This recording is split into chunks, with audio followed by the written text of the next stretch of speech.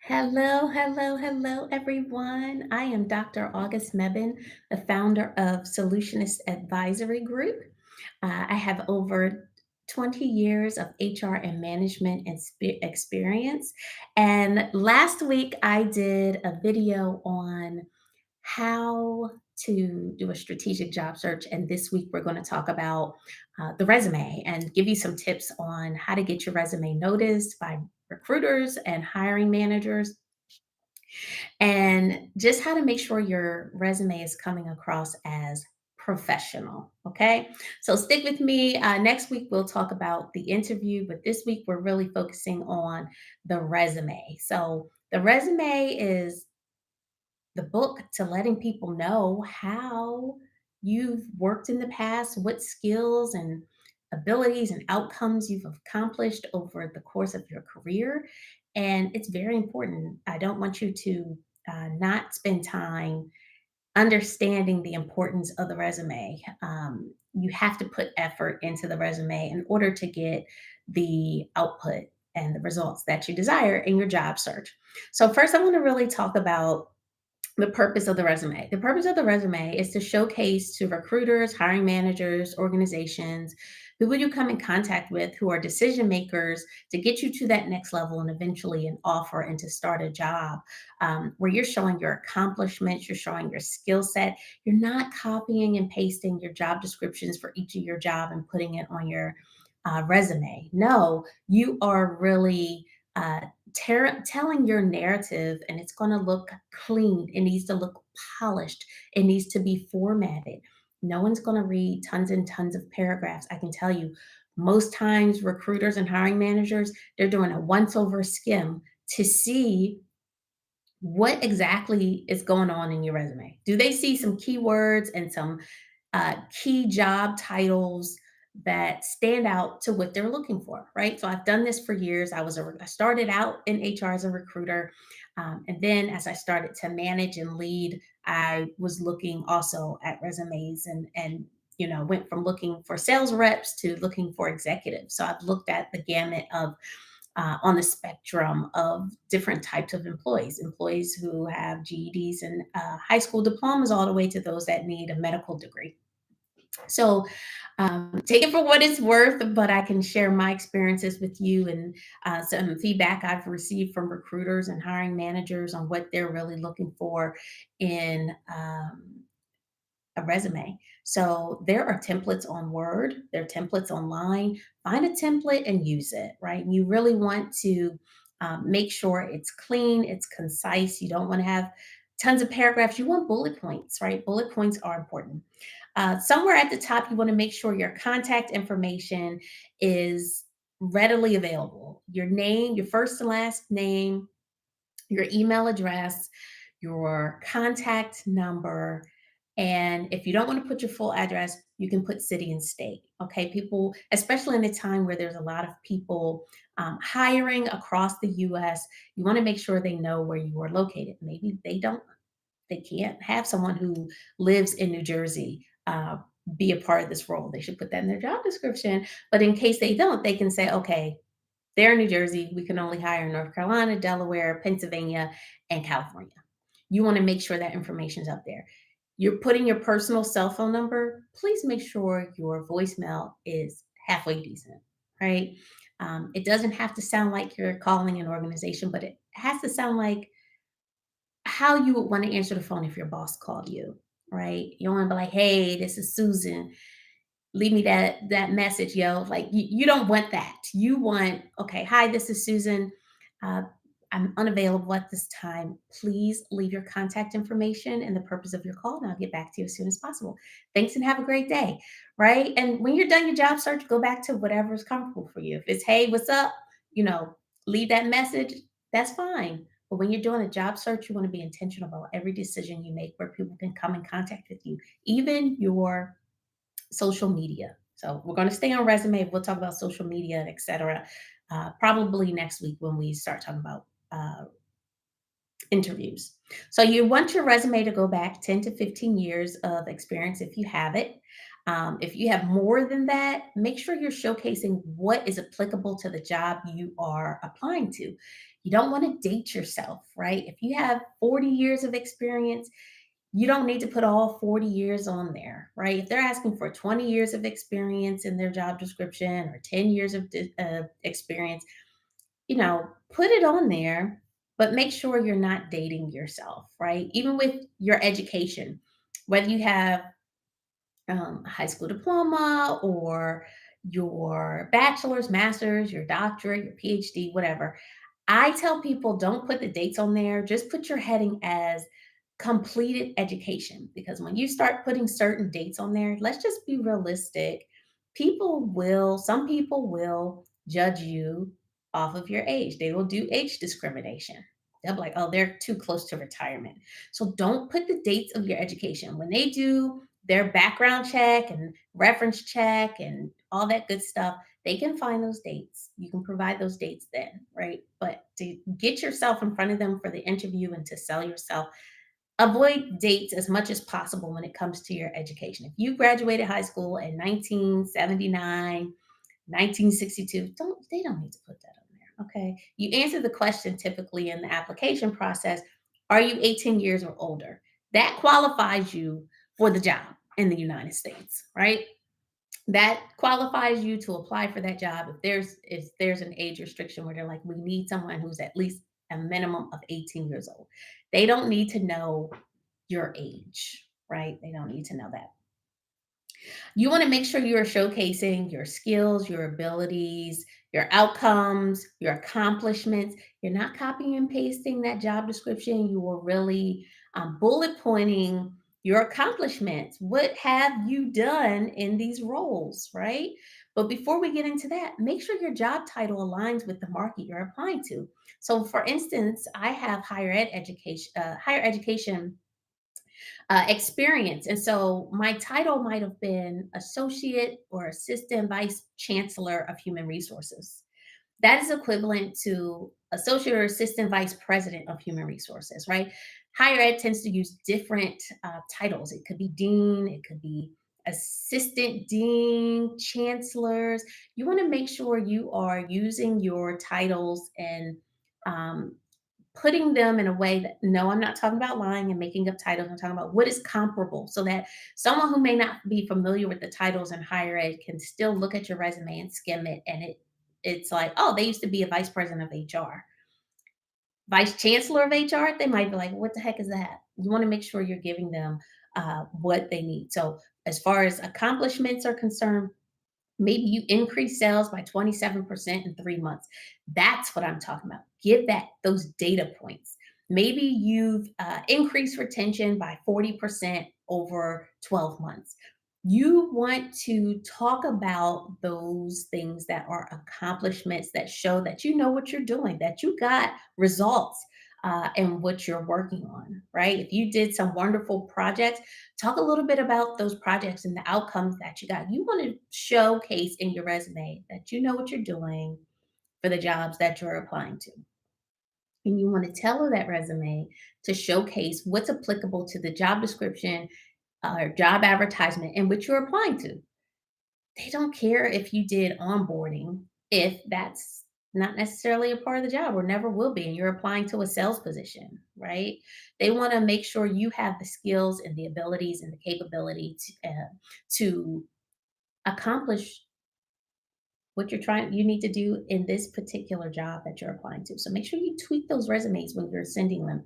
Um, if you're doing a structured and a strategic search like we talked about last week, and if you haven't seen that, go to the live section on the YouTube channel or this YouTube channel and watch that because that will help you get in the mind frame of why I'm saying what I'm saying about making sure you're doing what you need to do. Okay. Put the name of the company you worked for, the dates you worked for the company, right? You don't have to put, September 3rd, 2022.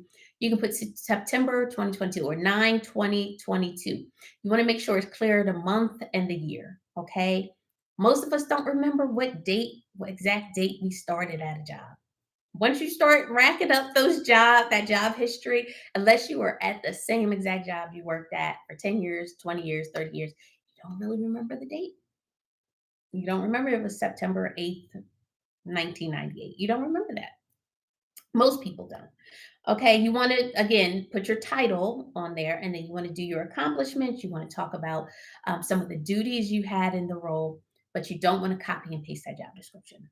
Um, Make sure that some people are putting their references on their resume. Don't do that. You don't want to drain your references. Make sure you're giving them the heads up. We talked about that last week in the strategic job search video. Make sure you're giving your references a heads up, but don't provide those references until they're absolutely necessary. If they're necessary on the application, great. But I see some people have references available upon request still on their resume. You don't need to put that on there. Organizations know if I need references and I ask for them, you'll give them to me. Okay, so you don't need to put that on there. You want to make sure it's formatted. Again, give some kind of template to use and make sure it looks professional.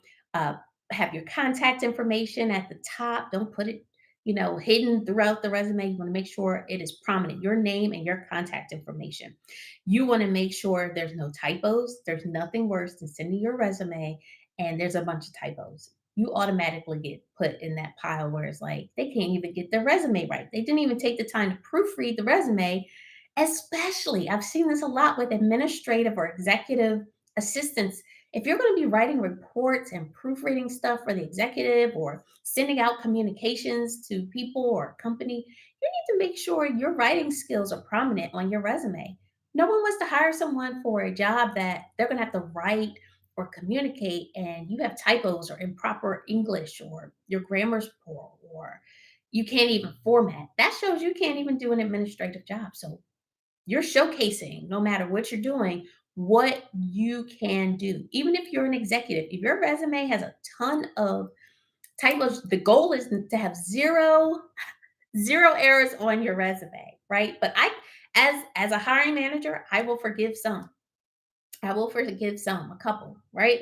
But if you start to hit that three and more mark, I'm starting to give you the side eye. Like, did you proofread this? Did you have somebody else look at it? Did you really go through and look at this again to make sure it made sense. Because even as an executive at the executive level, you're going to be writing those reports. You're going to have to be able to send those emails. You're going to have to be able to communicate orally and written. And that's another reason why I said make sure that voicemail is neutral at the minimum, right? Because people are judging you at every level of this process, and you want to put your best foot forward. Um, Another thing I would say is people are still putting objectives on their resume. So objectives are outdated. You want to have some kind of profile statement. Well, what is a profile statement? A profile statement should be at the top. It's your elevator speech. And if you don't know what an elevator speech is, I'm about to tell you. It's like a 20 to 30-second pitch about yourself and what you could bring to the table. It's letting people know who you are, what you can do in a matter of seconds.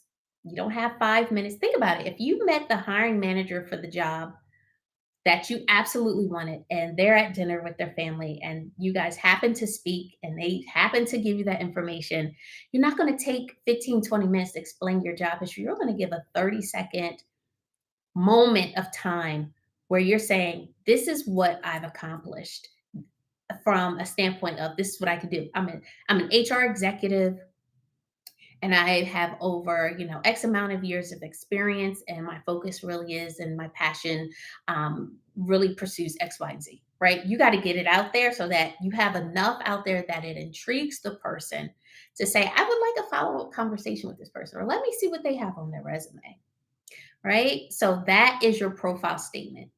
So it is your elevator speech in words. It is not a long paragraph. It's not paragraphs. It's two or three sentences that let people know what you're about. Okay. It's important. It's absolutely important. Um, Let me see. I'm trying to think if there's anything else I want to share with you. A lot of times now, the applicant tracking system, they're scanning these resumes. So make sure you're not using a bunch of lines or charts or graphs or anything like that where it's going to mess up the system where it can't read it. You want to use bullet points. You want to make sure you're using a good font. Go on Google and just, do your search. What should I use for applicant tracking systems? What's the best and easiest way for them to read it?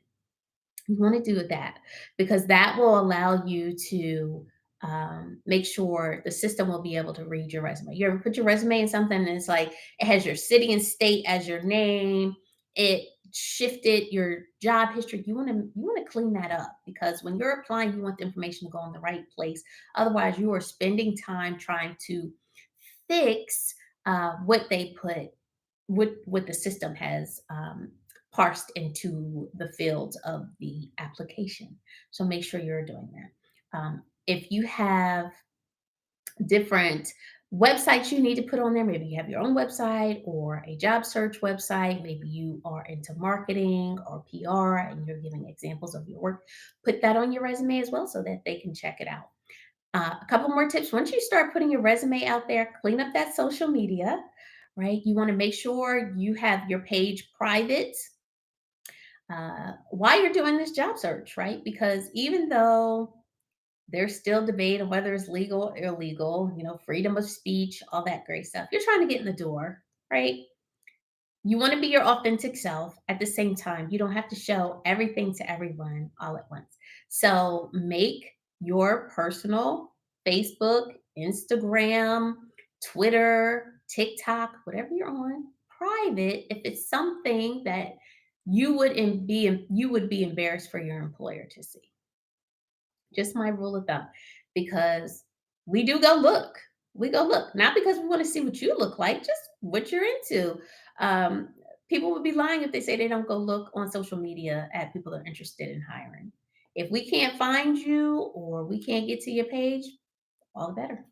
All the better. If you keep your personal life private, that's fine, right? You want to make sure you get the job. You don't want anything out there that someone might judge you for because we do have our own little microaggressions and everything else that people have. Um, and fair or not, it happens. And you want to make sure you are positioning yourself the best way you can to get the interview. And once you get the interview, you want the offer. Once you got the offer, you want to start the job and you want to do well in the job. So going through this process, you look at the long game, the end game, changing your voicemail, locking down your social media, and just making sure you put the work in up front to make sure your resume is clean, that it is proofread, that I felt was important for you guys to know. But yeah, that's it. Make sure you're looking at that job description and you're looking at your resume and make sure they align.